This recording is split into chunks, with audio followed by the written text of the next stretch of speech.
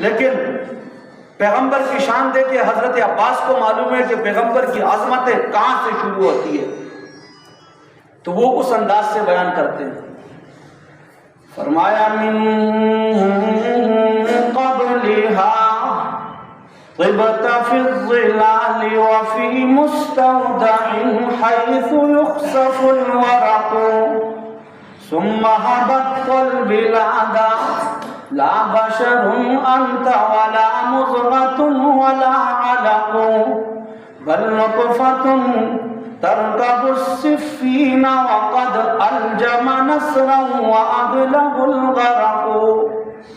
حضرت عباس تعریف کرتے ہیں اپنے بھتیجے محمد عربی کائنات کے اس عظیم انسان کی جن کی عظمتوں کا تذکرہ ان کی پیدائش سے ہی شروع نہیں ہوتا ہے، جن کی عظمتوں کا ذکر اور جن کی یادوں کے چرچے ابھی دنیا کو وجود نہیں ملا اس وقت سے شروع ہے. حضرت عباس تعریف کرتے میرے محبوب میں کیسے آپ کی تعریف کروں، میں آپ کی کون کون سی عظمت کا ذکر کروں، اور میں کس طرح آپ کے کمالات اور آپ کے مناقب کو، آپ کی خوبیوں کو، آپ کے محاسن کو میں لفظوں میں بیان کر سکوں. میں آغاز کہاں سے کروں، میں اختتام کہاں پہ کروں. من قبلها طبت في الظلال وفي مستودع حيث يخسف الورق.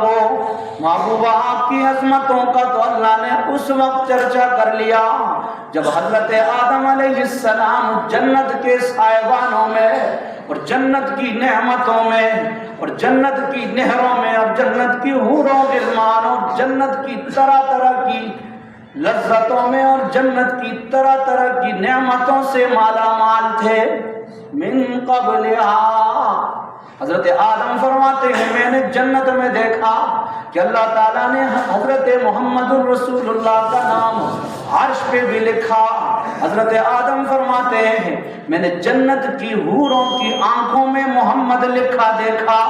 حضرت آدم فرماتے ہیں میں نے جنت کے پتوں پہ محمد لکھا دیکھا، میں نے جنت کے برتنوں پہ محمد لکھا دیکھا، اور میں نے جنت کے ہر خوبصورت منظر میں محمد کا تذکرہ اور محمد کا نام دیکھا.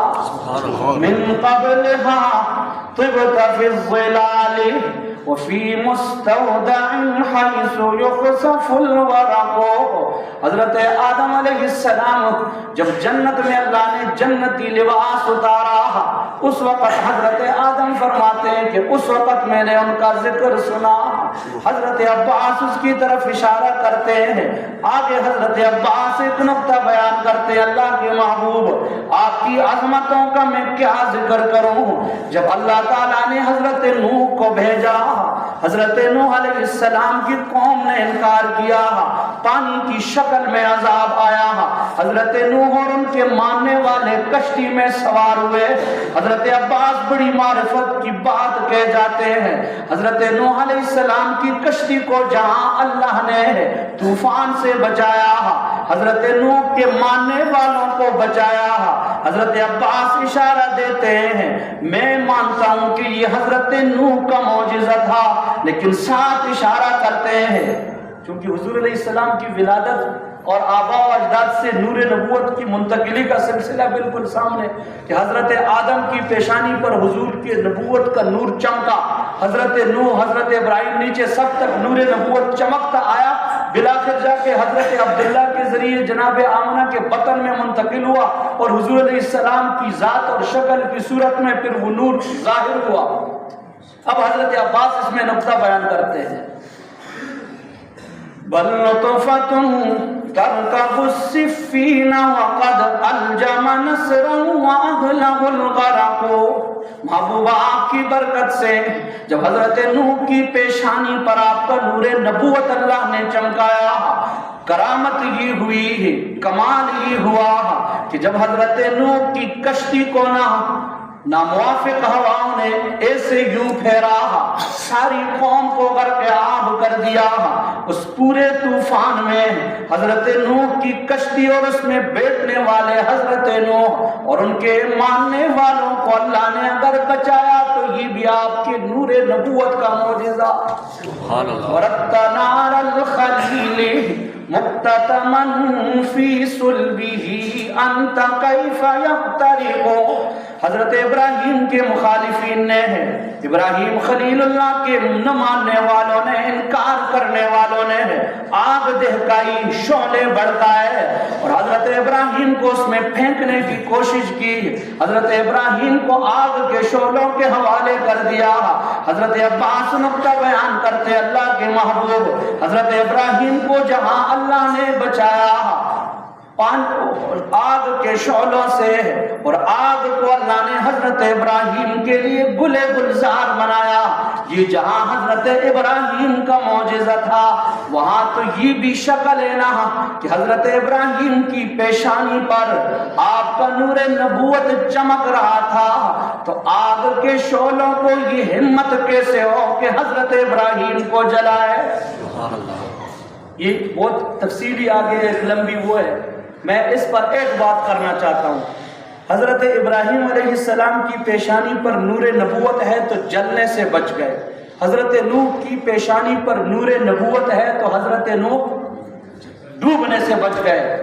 اور امت محمدیہ کتنی خوش نصیب ہے جن کے درمیان حضور کی پوری تعلیمات ہیں، جب ان پر عمل پیرا ہوں گے تو کبھی بھی ڈوب، کبھی بھی غرق نہیں ہو سکیں گے، کبھی بھی یہ مظلوم اور مغلوب نہیں ہو سکیں گے۔ اگر ہے نا، واضح ہے کہ اس وجہ سے ہے۔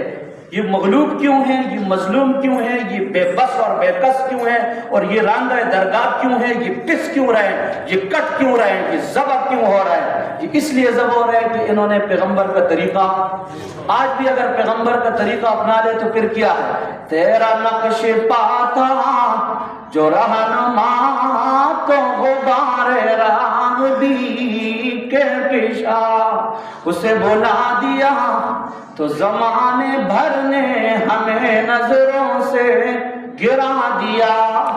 جب حضور کے نقش پاس سے رشتہ توڑ دیا، حضور کے قدموں پر جانا چھوڑ دیا، حضور کے دامن سے اپنی وابستگی کو عملی طور پر، زبانی طور پر قائم ہے رشتہ، عملی طور پر ختم کر دیا، اپنی شادی میں، اپنی خوشی میں، اپنے کاروبار میں، اپنے معاملات میں، اپنی معاشرت میں، اپنے رہن سہن میں، اور اپنی زندگی کی ہر ترتیب، ہر طور طریقے سے جب پیغمبر کی زندگی کو نکال دیا تو پھر کیا کہتے ہیں؟ اس کا نتیجہ کیا ہوا؟